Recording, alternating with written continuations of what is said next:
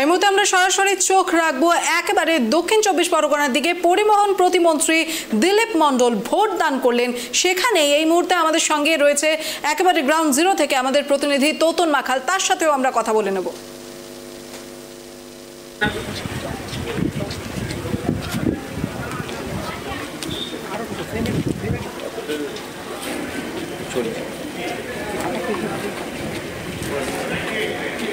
তোতন, এই মুহূর্তে তোমার সাথে পরিবহন প্রতিমন্ত্রী দিলীপ মণ্ডল উপস্থিত রয়েছেন, কি মনে হচ্ছে, কি আশা করছেন তিনি এবারের নির্বাচনকে নিয়ে?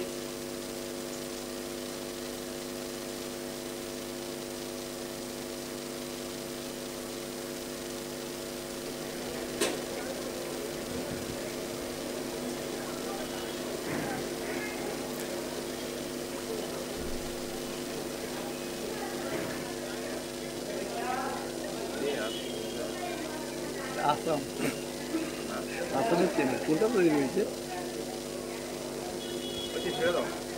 লাইভে আছে না, লাইভে আছে।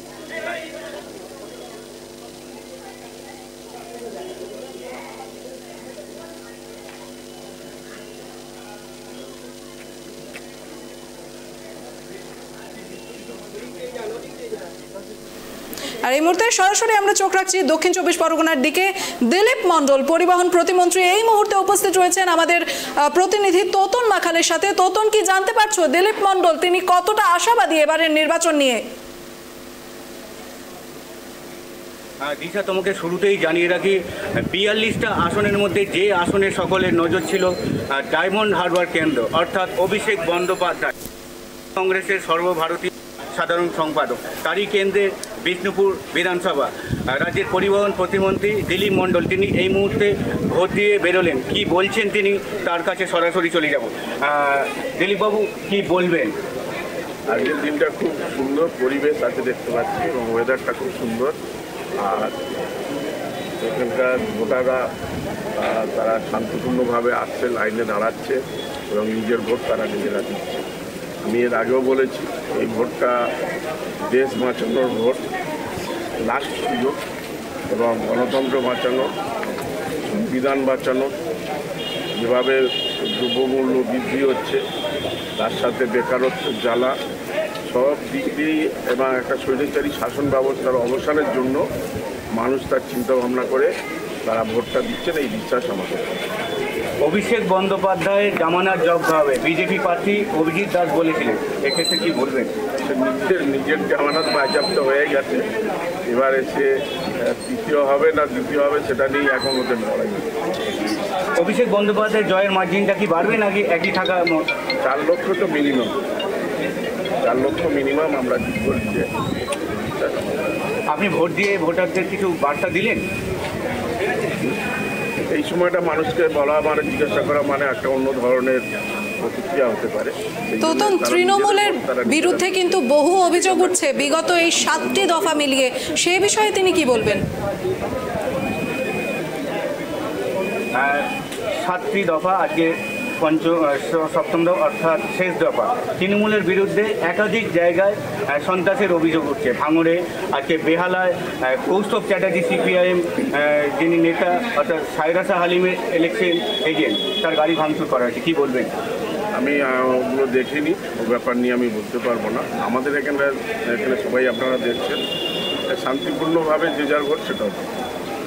এবার কেউ যদি কেউ উত্তেজনা তৈরি করে, তার দায়টা তার। আর দিশা, যেমনটা তোমাকে জানিয়ে রাখি, পরিবহন প্রতিমন্ত্রী দিলীপ মণ্ডল জানালেন কেউ যদি উত্তেজনা তৈরি করে সম্পূর্ণ তার ব্যক্তিগত দায়িত্ব, এবং অভিষেক বন্দ্যোপাধ্যায় 4 লক্ষ ভোটে জয়লাভ করবেন, এমনটাই তিনি জানালেন। কথা হচ্ছে প্রত্যেকটি জায়গায় কিন্তু কেন্দ্রীয় বাহিনী থেকে শুরু করে রাজ্য পুলিশ, নিরাপত্তা বাহিনীর যত রকমের ব্যবস্থা সব কিছু রয়েছে, তারপরেও এ ধরনের বিক্ষিপ্ত ঘটনা ঘটছে, সে বিষয়ে তিনি কি বলবেন? একেবারে এই প্রশ্নটা নিয়ে কথা বলে মন্ত্রী সাহেবের সাথে। কেন্দ্রীয় বাহিনী রয়েছে, তবুও সন্ত্রাস হচ্ছে, কেন্দ্রীয় বাহিনীর ওপর কি মানুষের আস্থা নেই?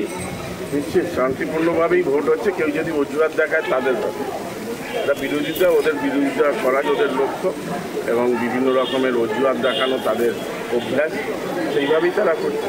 শান্তিপূর্ণ এখানে দেখতে পাচ্ছি তো ততন অজুহাত কেউ দিচ্ছে না, প্রত্যেকটি সংবাদ মাধ্যমের মধ্যে সেই সন্ত্রাসের দৃশ্য কিন্তু আজ সকাল থেকেই দেখানো হচ্ছে।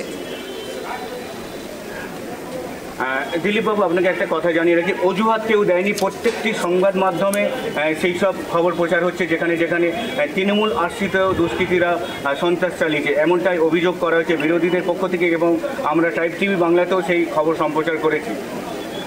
না, যদি ওরা অজুহাত দিয়ে থাকে যে সেন্ট্রাল ফোর্স তারা কাজ করছে না, সেন্ট্রাল ফোর্স তো আমরা দিই, সেন্ট্রাল ফোর্স দিয়েছে কেন্দ্রের যে বিজেপি সরকার তারাই দিয়েছে, এবং আমরা তো দেখতে পাচ্ছি যথেষ্টভাবেই তারা কাজ করছে। এবার তারা ওরা যদি অজুহাত দেখায় বা কোনো বক্তব্য রাখে বা সাংবাদিক বিভিন্ন যে সাংবাদিকতার জায়গা থেকে তারা স্বচ্ছতা বজায় রাখুক, এটাই আমরা চাইবো। তখন রাজ্যের পক্ষ থেকেও তো পুলিশ মোতায়েন করা হয়েছে, তো সেই ক্ষেত্রে রাজ্য পুলিশের ভূমিকার উপরেও তো প্রশ্ন উঠছে, এ বিষয়ে কি বলবেন তিনি? কথা বলে তাদেরও অসুবিধা হতে পারে। কিন্তু দিলীপবাবু, রাজ্য পুলিশেরও মোতায়েন রয়েছে, সেক্ষেত্রে কি বলবেন? রাজ্য পুলিশের দায়িত্ব তো বাইরেরটা দেখায়, এখানে ভিতরটা তো পুরো সম্পূর্ণভাবে সেন্ট্রাল ফোর্স এবং কিউআরটি পার্টি যেটা আছে, প্রত্যেক 9 জন করে একজন এসি র্যাঙ্কের লোক থাকছে, অ্যাসিস্ট্যান্ট কমান্ডার। তো রাজ্য পুলিশের ভূমিকা যদি বাইরে হয়ে থাকে, তাহলে বুথের বাইরে, এমনকি এলাকার বাইরে যারা ভোট দান করতে যাচ্ছেন তাদের মেরে মাথা ফাটিয়ে দেওয়া হচ্ছে, তাহলে সেখানে রাজ্য পুলিশ কোথায়? আমার মনে হয়।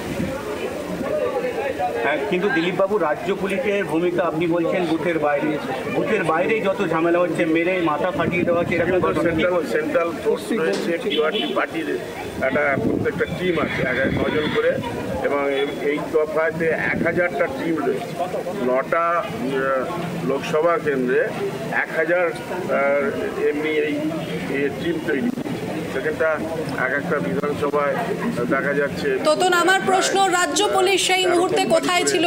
ফোর্স টোটাল আছে, তার মধ্যে 26টা করে কিউআরটি টিম রয়েছে, সেখানটায় অসুবিধা তো হওয়ার কারণ নেই আমার তো চোখে পড়ে। আর দিলীপবাবু, আপনি একজন মন্ত্রী, যখন অশান্তিগুলো ঘটছিল তখন রাজ্য পুলিশ কোথায় ছিল? আপনি শুধু একটা বিধানসভার বিধায়ক নন, তাহলে এই দায় কি সরকারের?